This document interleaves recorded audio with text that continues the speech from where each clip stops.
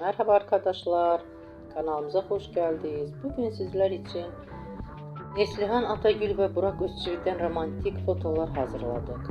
Burak Özçivit Karasev'de Kurumuş Osman ve Çalı Kuşu dizisinde rol almış. Herkes tarafından beğenilmişti.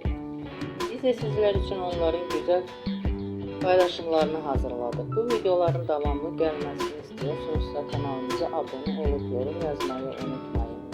Bizden bu kadar.